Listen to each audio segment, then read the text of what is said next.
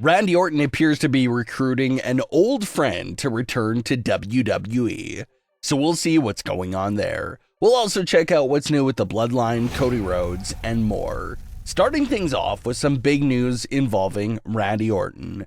Right around 2021 to 2022, Randy Orton was highly involved with Matt Riddle.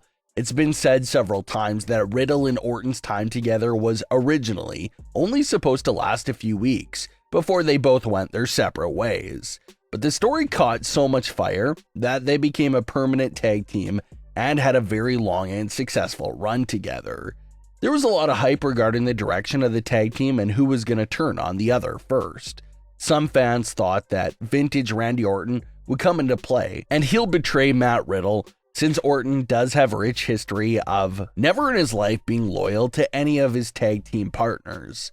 While other fans were curious to see if Matt Riddle would be the first one to strike on Orton.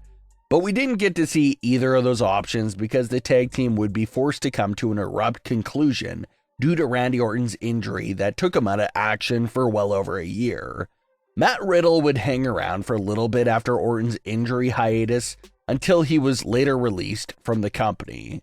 And reports claim that a lot of Matt Riddle's outside of the ring controversies ultimately came down to being the main reason why he was released from WWE. But during a recent interview with Muscle Man Malcolm, Matt Riddle revealed that he still keeps in instant contact with Randy Orton. Riddle said that he just spoke a few days back and how Randy Orton constantly asks him about when he's coming back to WWE. Matt Riddle told Orton that he's just trying to get things together right now with his family, but maybe in the future he could return. There's no doubt about it that there were some issues there between Matt Riddle and WWE, but if CM Punk's return has taught us anything, it's the fact that you can't rule anyone out from returning from WWE, no matter how ugly their exits were. And with Randy Orton putting himself out there and vouching for Matt Riddle's return, that'll go a long way as well, considering Orton's locker room status as a legend and veteran. So maybe one day, deep into the future, we'll see an RK Bro reunion and finally give us the epic conclusion to their story that everyone was looking forward to a few years ago. Cody Rhodes made massive headlines this week for making some remarks that could be seen as shots towards many different pro wrestlers and legends. During an interview with Behind the Turnbuckle, Cody Rhodes was asked about the biggest red flag in pro wrestling, and he had this to say, quote, "The number one red flag I hear if you meet a guy who is a legend, who is coming in on the roster and he's going to be active, or a part-time guy, the number one red flag if you're young or in the middle of the pack talent is when you hear somebody say, 'I'm just here for the young guys.' I already know you're not just here for the young guys. I would rather you tell me straight up, I'm here for some of y'all, and I'm here for myself." End quote. This comment from Cody Rhodes went viral because it could be seen as a shot towards a numerous amount of targets. The whole line about an older talent coming in and saying they're just here for the young guys is a line that's been said by CM Punk, Sting, Adam Copeland, Bryan Danielson, and more over the last few years alone. It's a cliche line that you hear over and over again.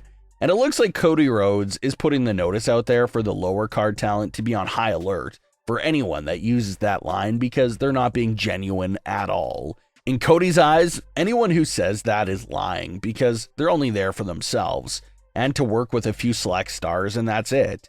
They're not actually going to help any of the younger talent. So that's the word of advice for the locker room. Chris Jericho would return fire at Cody Rhodes on the June 26th edition of AEW Dynamite, where he jokingly said himself he was just there to help the young talent. We'll have to wait and see if any of those legends that used to say that line in the past will respond to Cody Rhodes. As far as things go with Cody Rhodes, his plans for the summer appear to be already set in stone.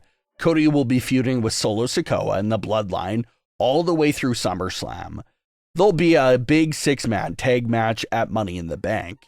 And it's looking like the next steps after that will be Solo Sikoa versus Cody Rhodes at SummerSlam in the main event for the undisputed WWE title.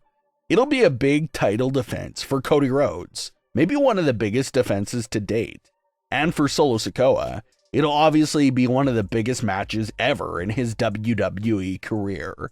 So high stakes all around in that matchup. And like we've been discussing lately, that'll be a match that'll also be interesting due to all the outside potential interference and returns that could take place. Does the new Bloodline members trying to get involved? Do we see Jimmy Uso finally trying to get some sweet revenge on his brother Solo Sikoa? Or even bigger than that, could we see Roman Reigns return himself during the match? It should be a massive SummerSlam main event that'll have plenty of speculated returns looming over it, so that'll be something big to look forward to. In other big news, Chelsea Green has stated a very interesting conversation regarding a controversial old women's championship. After qualifying for the women's Money in the Bank match, Chelsea Green took to Twitter to announce that after she wins, she'll be starting up a petition to bring back the WWE Divas Championship for her own title reign. Now, that's pretty big news because obviously the Divas title was surrounded by lots of controversy for many different reasons.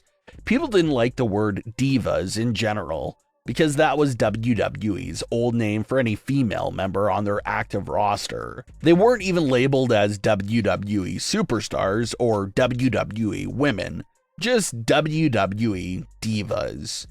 And some fans and even superstars themselves weren't big fan of that nickname and its official label. And then for the Divas title itself, a lot of people did not like the title because it didn't look like a prestigious title that top athletes in WWE would be competing for. It was just a giant butterfly with the word divas on it. So that was another big turnoff for lots of people right there. That's why when the title was finally retired in 2016 and renamed back to the WWE Women's title, everyone mostly rejoiced.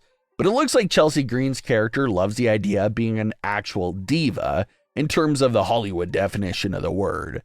So that's why she's saying that when she wins the title, she wants to bring back the Divas Championship since she views herself as a diva and wants to be the champion of all divas. And maybe it could work. If Chelsea Green ever wins the WWE Women's title, maybe they could bring back the Divas title just cosmetically, only for Chelsea's reign, since the title does fit her character. That's something to be on the lookout for. But what are your thoughts on today's stories? Leave your comments below. Don't forget to subscribe with all notifications on, and leave a like if you enjoyed. Thanks for watching, guys.